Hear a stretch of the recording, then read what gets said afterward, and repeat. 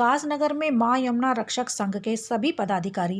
व कार्यकर्ता तहसील विकासनगर में एकत्रित हुए तथा 2 सूत्रीय मांगों को लेकर माननीय मुख्यमंत्री उत्तराखंड सरकार तथा उप जिलाधिकारी विकासनगर जिला देहरादून को ज्ञापन सौंपा। गौरतलब है कि पिछले कुछ दिनों में यमुना वैली के अंतर्गत खोडरी विद्युत गृह के अधिशासी अभियंता श्री अरविंद चौरसिया द्वारा टेंडर प्रक्रिया में विशेषकर ट्रांसफार्मर टेंडर प्रक्रिया में घपलेबाजी एवं घोटाला किया गया था, जिसमें बाद में मां यमुना रक्षक संघ के प्रतिनिधि मंडल ने यमुना वैली के महाप्रबंधक तथा निगम के प्रबंधक निर्देशक से मुलाकात की, किंतु निगम के वरिष्ठ अधिकारियों ने घोटाले और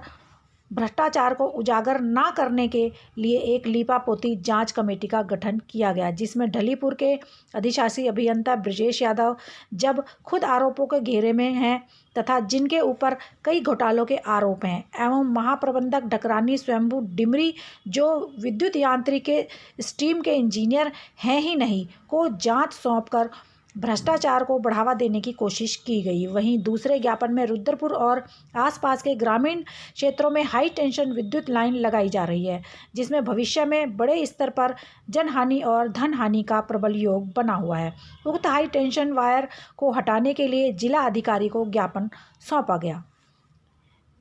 ज्ञापन है वो हमारा ग्राम देवथला, रुद्रपुर, डोबरी और सोरना, इन 4 ग्राम पंचायतों में जो है बिजली की हाई टेंशन लाइन के जो बड़े खंभे होते हैं वो लगा दिए गए किसानों की खेती वाली भूमि पर, और ना ही कोई भूमि अधिग्रहण की गई, ना ही कुछ किया गया। जबकि वहाँ से 100 मीटर दूरी पर नदी सरणे की भूमि है जो कि काफ़ी खाली पड़ी है, वहाँ पर वो खंभे लगाए जा सकते थे, जिससे आम ग्रामवासियों को दिक्कतें ना होती। आप देख सकते हैं देश का किसान आज वैसे ही परेशान है,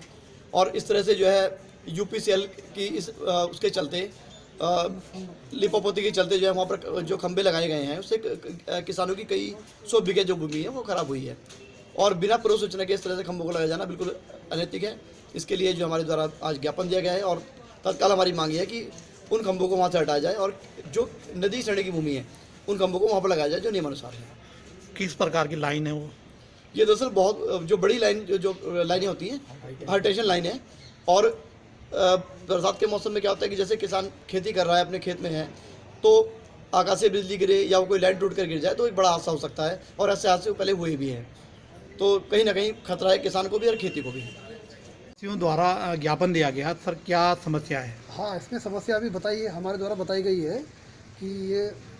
बिना किसी पूर्व सूचना के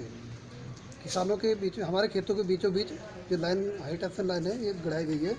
इससे हमें काफ़ी नुकसान है। आकाशीय बिजली हुआ प्लस अर्थिंग पावर, किसी भी तरह की कोई भी घटना हो सकती है वहाँ पे, ये घटना ना हो, इसीलिए हमारा यही ज्ञापन है। ज्ञापन में कि ये लाइन जो है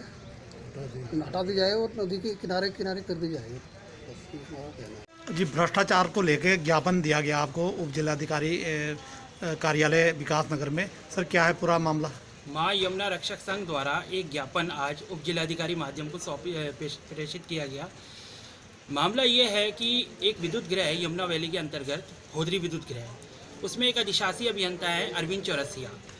उनके द्वारा एक ट्रांसफार्मर के टेंडर में इतना बड़ा गड़बड़ झाला किया गया है, और उसकी जांच जब मां यमुना रक्षक संघ द्वारा और हमारे प्रतिनिधि मंडल द्वारा जब MD साहब से मिला गया और जो ऊर्जा सचिव है उनको एक लेटर प्रेषित किया गया, उसके बाद आनन फानन में इन्होंने एक जांच बिठाई, और जांच बिठाने के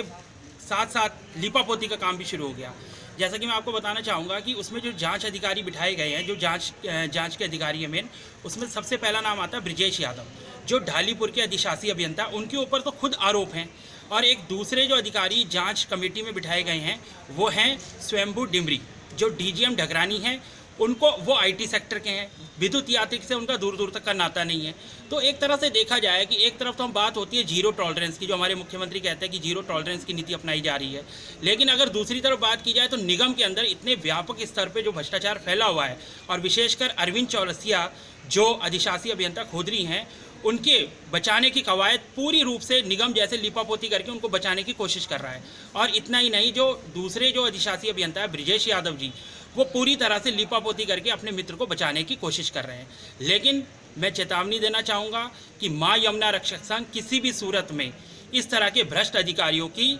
चुनौती को स्वीकार करेगा और भ्रष्टाचार के खिलाफ हमारे स्वर जो है वो उजागर होते रहेंगे। अभी हमने मुख्यमंत्री साहब को एक ज्ञापन प्रेषित किया उप जिलाधिकारी के माध्यम से, और आगे भी हमारा जो क्या कहते हैं हमारा जो संघर्ष है वो निरंतर जारी रहेगा जब तक इन भ्रष्ट अधिकारियों के खिलाफ कार्रवाई नहीं होती और एक व्यापक स्तर पे, एक भारी स्तर पे एक जांच कमेटी गठित करके दोबारा से जांच नहीं कराई जाएगी। विकासनगर से अनिल दुबे, दिव्या टाइम्स इंडिया।